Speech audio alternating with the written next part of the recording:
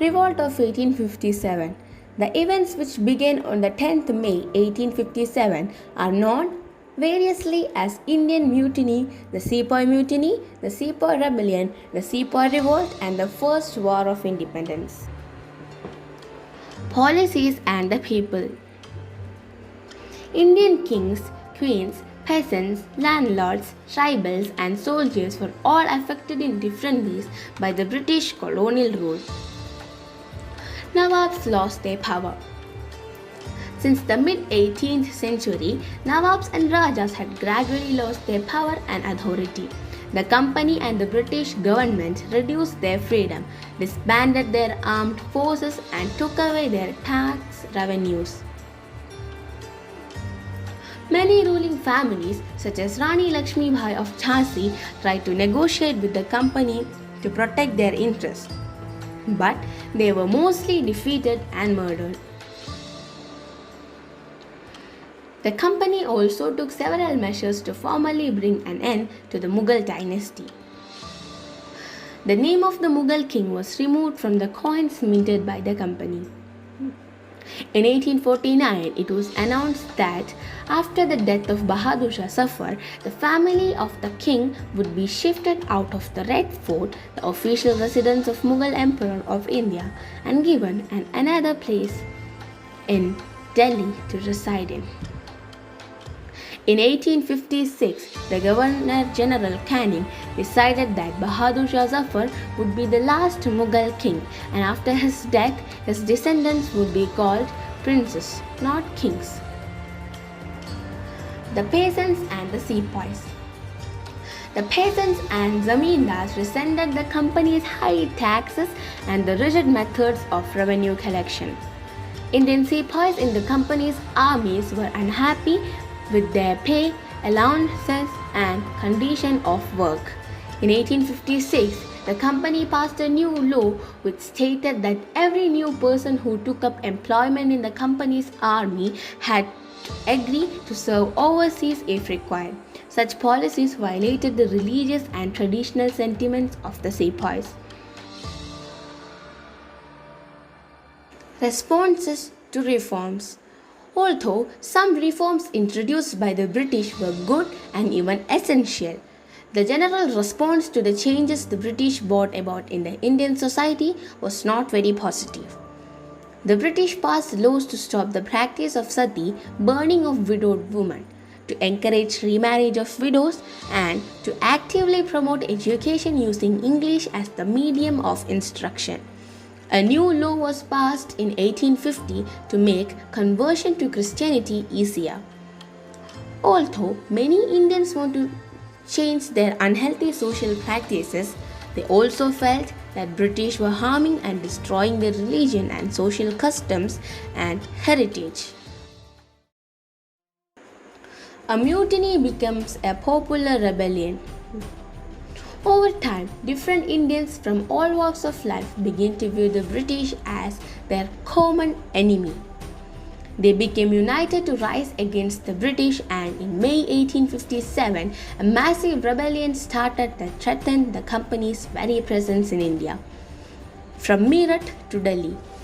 On 29 March 1857, a young soldier named Mangal Pandey was hanged to death for attacking his officers in Barakpur. The sepoys, most of whom were Hindus and Muslims, refused to do army drill using the new rifle cartridges which they suspected of being coated with the fat of cows and pigs to destroy their religions. Determined to bring an end to the company's rule, the sepoys rushed from Meerut to Delhi. As the news of their arrival spread, regiments stationed in Delhi also rose up in rebellion. They killed several British officers, seized arms and ammunition, and set buildings on fire. Finally, they met the Mughal Emperor Bahadur Shah Zafar and proclaimed him as their leader. The Mughal Emperor also got support from the rulers and chiefs of the country, and together they rose against British power. People were convinced that Mughals would make better rules than British. The rebellion spreads. After the British were routed from Delhi, there was no uprising for some days. Then a spurt of mutinies began, and regiment after regiment mutinied and took off to join other troops at nodal points like Delhi, Kanpur, and Lucknow. After them, the people of the towns and villages also rose up in the rebellion and rallied around local leaders, zamindars, and chiefs who also were desperate to establish their authority and fight the British. Nana Sahib, the adopted son of the late Peshwa Baji Rao, gathered armed forces, expelled the British garrison from the city, and he declared that he was the governor under authority from the Emperor of India, Bahadur Shah Zafar. In Lucknow, Birjes Khadra, the son of deposed Nawab Wajid Ali Shah, was proclaimed the new Nawab. His mother, Begum Hazrat Mahal, took an active part in organizing the uprising against the British. The rebellion spreads. In Jhansi, Rani Lakshmi Bai joined the rebel along with Tantia Tope, the general of Nana Sahib. New leaders came up like Ahmadullah Shah, Maulavi from Faizabad, come to Lucknow to fight the British. In Delhi, a large number of Khazis or religious warriors came together. Bhakt Khan, a soldier from Bareilly, took charge of a large force of fighters who came to Delhi and became a key military leader of the rebellion. In Bihar, an old zamindar, Kunwar Singh, joined the rebel Sepoys and battled with British for many months. The company fights back. The British reinforcements from England passed new laws so that the rebels could be convicted with ease and then moved into the main centers of revolt. Delhi was recaptured from the rebel forces in September 1857. The last Mughal emperor, Bahadur Shah Zafar, was tried in the court and sentenced to life imprisonment. His sons were shot dead before his eyes. He and his wife Begum Zeenat Mahal were sent to prison in Rangoon in October 1858, where he died in November 1862. The recapture of Delhi, however, did not mean that the rebellion died down after that. People continued to resist and battle the British, and the British had to fight for 2 years to suppress the massive forces of popular rebellion. Lucknow was taken in March 1858 and Rani Lakshmi Bai was defeated and killed in June 1858. Tandia Tope escaped to the jungles of central India and continued to fight a guerrilla war with the support of many tribal and peasant leaders, but he too was captured, tried and killed in April 1859. Just as victories against the British had earlier encouraged rebellion, the defeat of rebel forces encouraged desertion. The British also tried the best to win back the loyalty of people by announcing rewards. Loyal landholders, for example, were to be allowed to continue to enjoy traditional rights over their lands. Those who had rebelled were told that if they submitted to the British and if they had not killed any white people, they would remain safe and their rights and claims to the land would not be denied.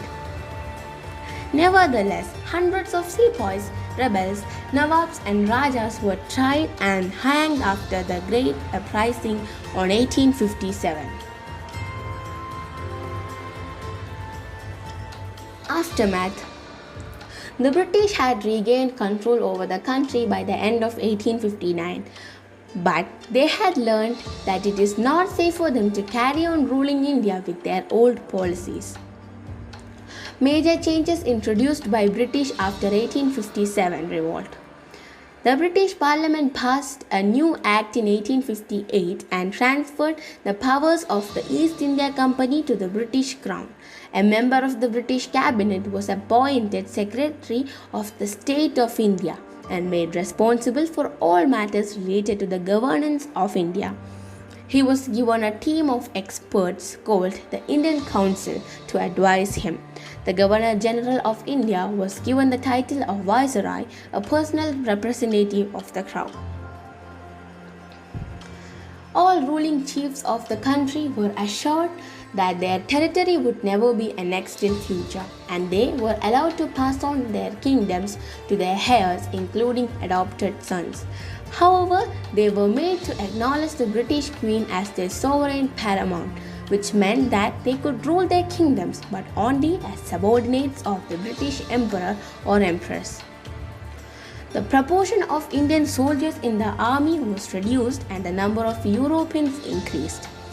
Also, instead of continuing to recruit Hindu and Muslim soldiers from Awadh, Bihar and Central India and South India, more soldiers were to be recruited among Gurkhas, Sikhs and Pathans. The British found Muslims to be primarily responsible for spreading the rumors that led to the Great Sepoy Mutiny of 1857. So lands and properties of Muslims were confiscated on large scale and they began to be treated with suspicion and hostility. The British decided to respect the customary religious beliefs and social practices of the people of India. Policies were made to protect landlords and zamindars and give them security of rights over their lands. Thus, a new phase in the history of colonial India began after 1857.